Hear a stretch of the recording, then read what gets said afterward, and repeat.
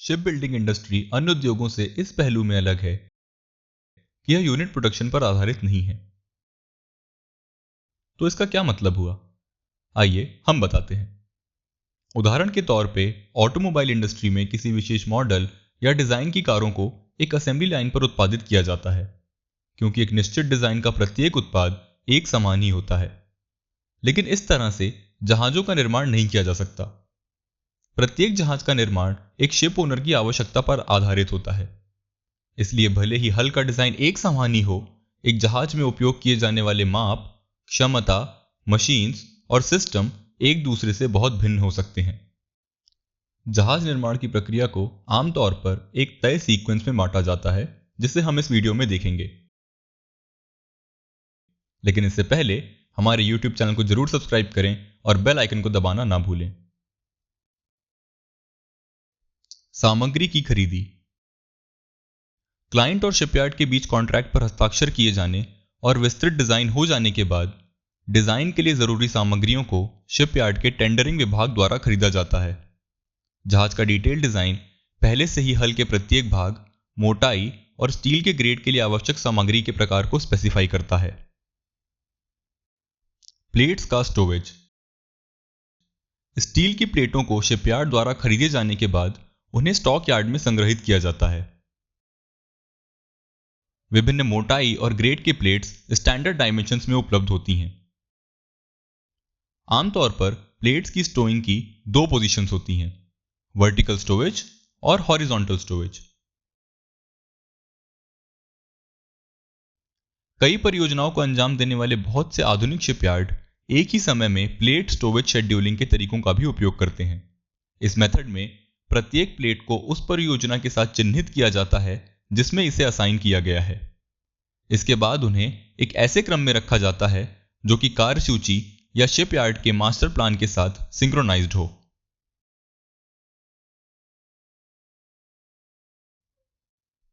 Plates की सतह को तैयार करना।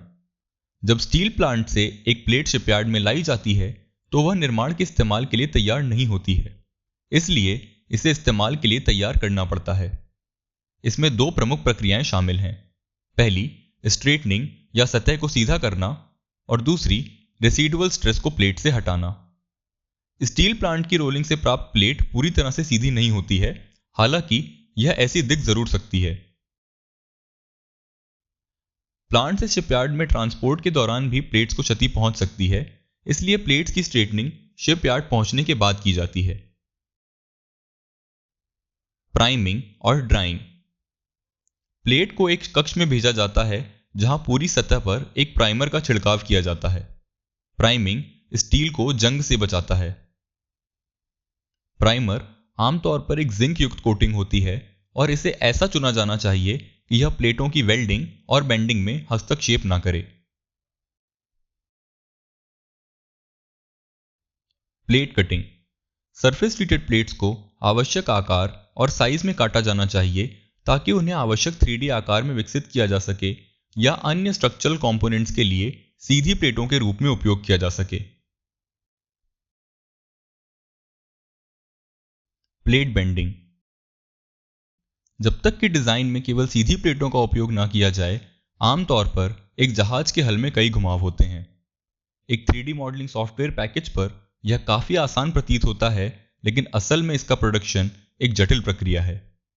स्टील प्लेटों और स्टिफनर्स को मोड़ने और विकसित करने के लिए शिपयार्ड द्वारा विशेष विधियों का उपयोग किया जाता है ताकि उन्हें 3D मॉडलिंग सॉफ्टवेयर द्वारा डिजाइन किए हुए कर्व्स के आकार में ढाला जा सके, क्योंकि हल के आकार को फिट करने के लिए कर्व्स की आवश्यकता होती है। असेंबली। प्लेट्स और फ्रेम के तैयार हो जाने और आवश्यक आकार दिए जाने के बाद उन्हें शिपयार्ड के डिजाइन विभाग द्वारा तैयार किए गए स्ट्रक्चरल ड्राइंग के अनुसार वेल्ड किया जाता है। हल को लॉन्गिट्यूडनल तरीके से ब्लॉक्स में विभाजित किया जाता है और प्रत्येक ब्लॉक को फिर से असेंबलीज और सब असेंबलीज में विभाजित किया जाता है। शिप बिल्डिंग प्रक्रिया के दौरान प्रत्येक शिप ब्लॉक को बिल्डिंग डॉक पर लाया जाता है, जहां उन्हें वेल्डिंग सीक्वेंस के अनुसार क्रेन के साथ खड़ा किया जाता है। प्रत्येक निर्माण के बाद ब्लॉक जॉइंट्स पर वेल्डिंग की जाती है। लेजर अलाइनमेंट उपकरणों और उचित वेल्डिंग तकनीकों का उपयोग करके कम हीट इनपुट वाले घुमावदार शेल पैनलों के लिए जिग्स को यूज किया जाता है, जिससे अलाइनमेंट में सुधार होता है। अधिकांश मशीनरी, विशेष रूप से वे जो आकार में बड़ी होती हैं, उन्हें इस प्रक्रिया के दौरान शिप पर फिट किया जाता है। जहाज अब बाहर से तैयार है। इसके बाद हल पर जंग और रेजिस्टेंस को कम करने के लिए एंटी फाउलिंग पेंट का उपयोग करके पेंट किया जाता है। लॉन्चिंग। कई बड़े शिपयार्ड अब बिल्डिंग डॉक पर जहाजों का निर्माण करते हैं और टग्स का उपयोग करके इन्हें आउटफिट बेसिंग तक ले जाते हैं। लेकिन अधिकांश शिपयार्ड अभी भी जहाज लॉन्च करने की ट्रेडिशनल प्रक्रिया का ही पालन करते हैं। आज के समय में लॉन्च करने के तरीके ज़्यादा सुरक्षित और सक्रिय हो गए हैं, क्योंकि कंप्यूटर प्रोग्राम लॉन्च करने के दौरान इंजीनियर को जहाज पर लोड का अनुमान लगाने में मदद करता है। आउटफिटिंग।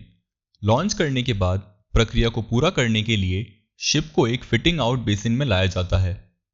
मुख्य मशीनरी के साथ auxiliary piping system, deck gear, life board accommodation उपकरण, प्लम्बिंग सिस्टम और वे सारी चीजें जो भी इंसुलेशन और डेक कवरिंग के लिए आवश्यक हैं, उन्हें जहाज पर इंस्टॉल किया जाता है।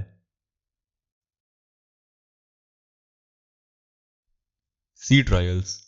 एक बार जब सभी निर्माण और आउटफिटिंग का काम पूरा हो जाता है, तो जहाज के मालिक द्वारा चुने हुए रिप्रेजेंटेटिव और जहाज के सर्वेक्षक की उपस्थिति में शिपयार्ड अथॉरिटी द्वारा समुद्री परीक्षण किए जाते हैं। इनमें से कुछ परीक्षणों में ship trials, turning circle test, crash stop test, zigzag, Kempf overshoot manoeuvring, spiral manoeuvring, engine test और एस्टर्न टेस्ट शामिल हैं।